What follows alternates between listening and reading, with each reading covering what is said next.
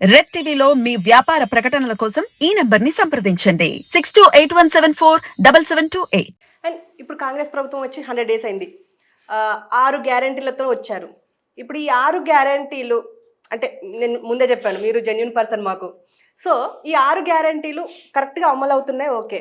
కానీ వీటి వల్ల కొంతమంది సఫర్ అవుతున్న విషయం కూడా మీరు చూస్తున్నారు.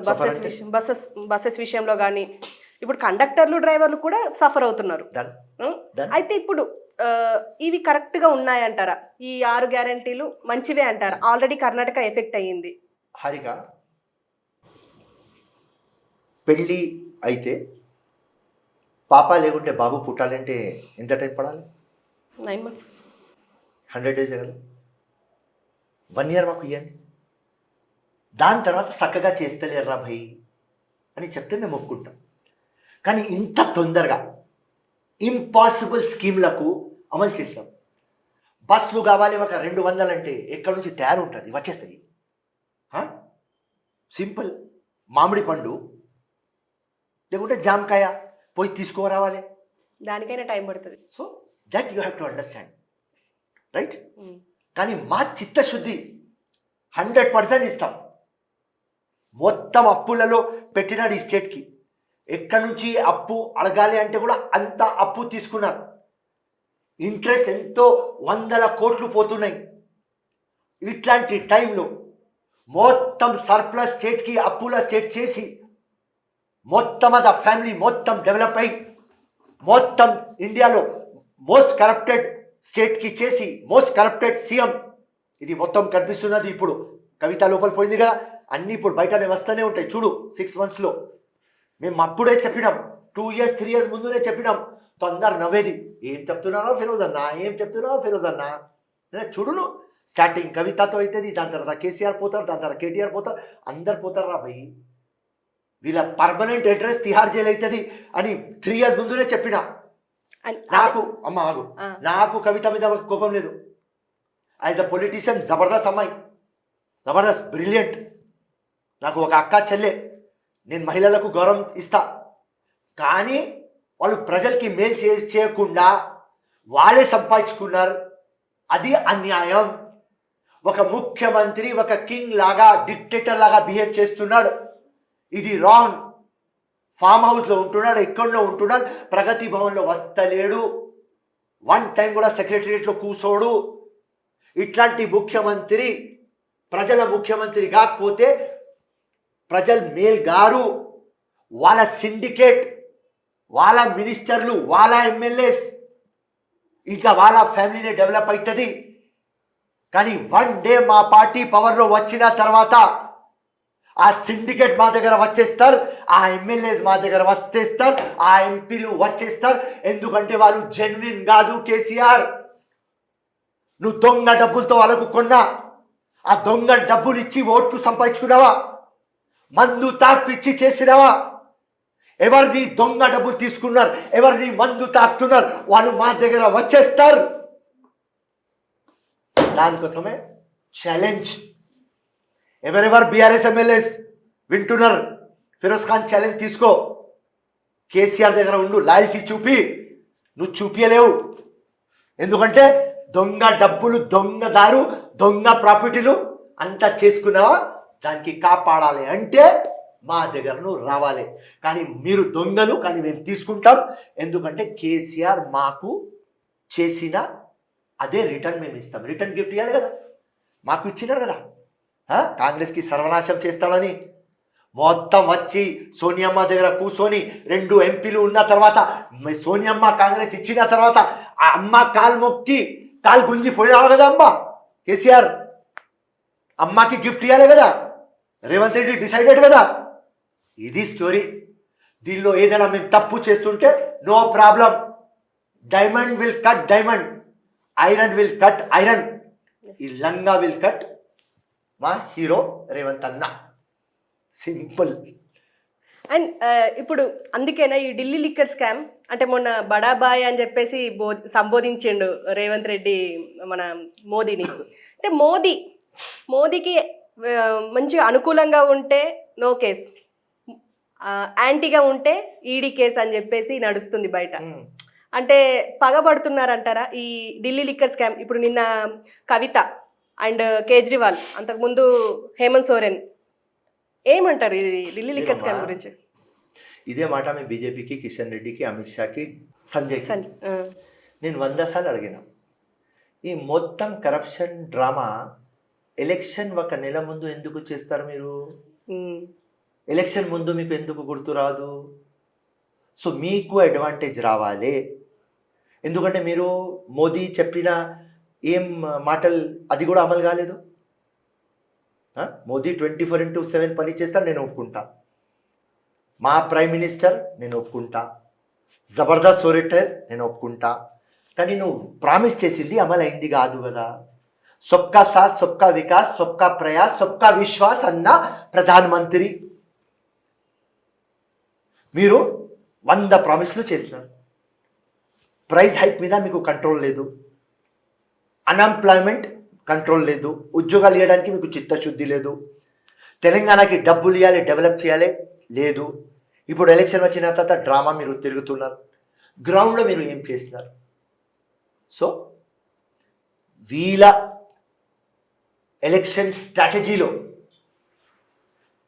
కరప్షన్ మీద, ఫ్యామిలీ రూల్ మీద మేము న్యాయం చేస్తున్నామని ఎలక్షన్లో గెయిన్ కావడానికి మళ్ళీ ఒక కవిత డ్రామా. అండ్ ఆ కవిత డ్రామా ఏమవుతుంది?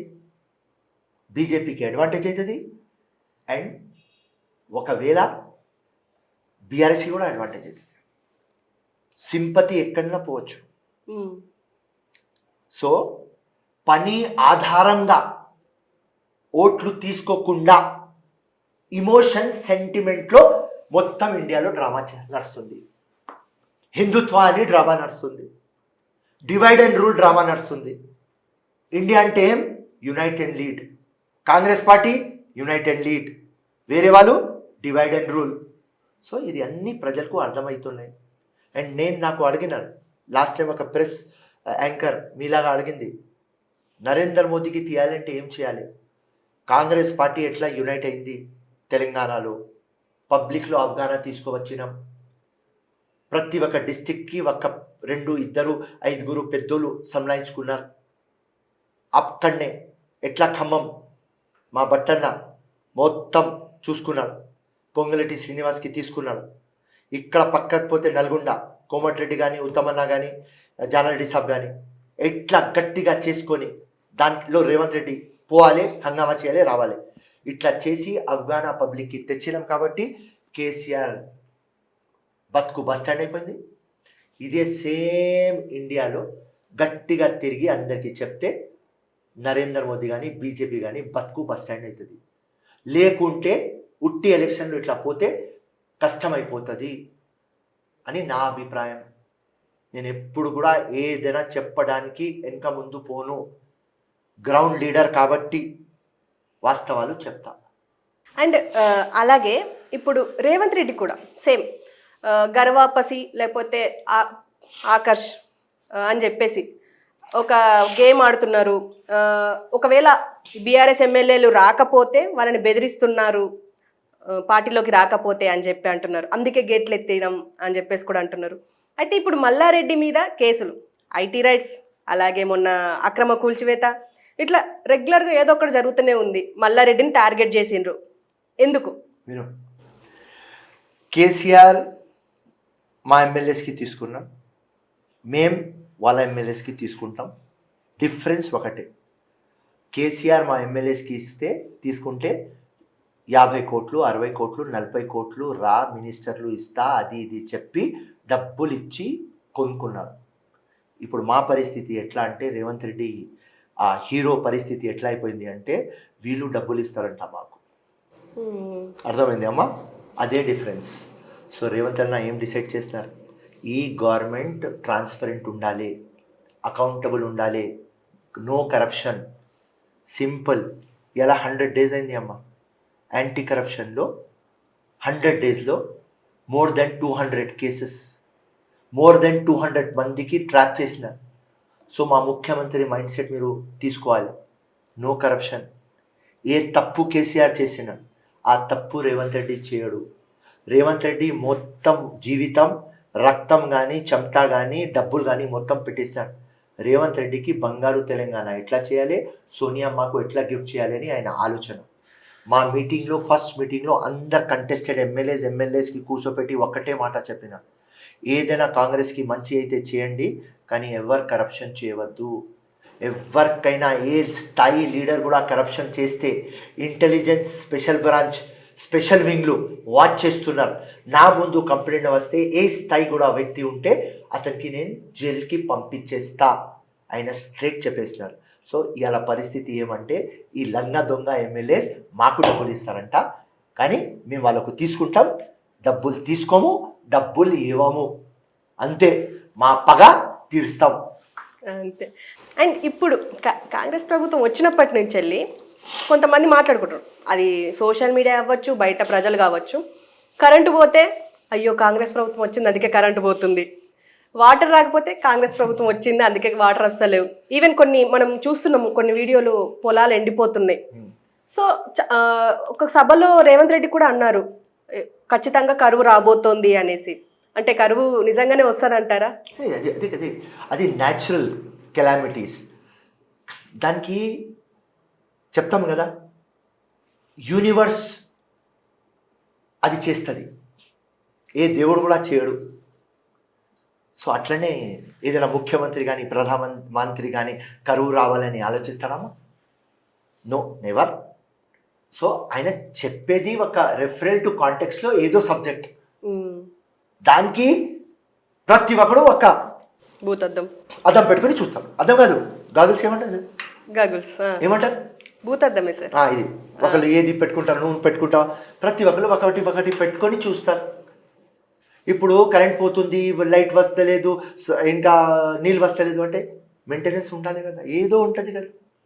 ఒక 5 minutes కోసం పోతే దానికి కాంగ్రెస్ చేస్తుంది అని తప్పు అది. అండ్ కేటగారికల్లీ మీ ప్రశ్నకి సమాధానం ఏమంటే 1 year మాకు ఇచ్చిన తర్వాత ఈ అన్ని ఆపోజిషన్ కూడా చెప్పిన, ఇంత తొందరగా ఎందుకు, గవర్నమెంట్ వచ్చింది ఇప్పుడు, లోక్సభ ఎలక్షన్ చూసుకుందాం.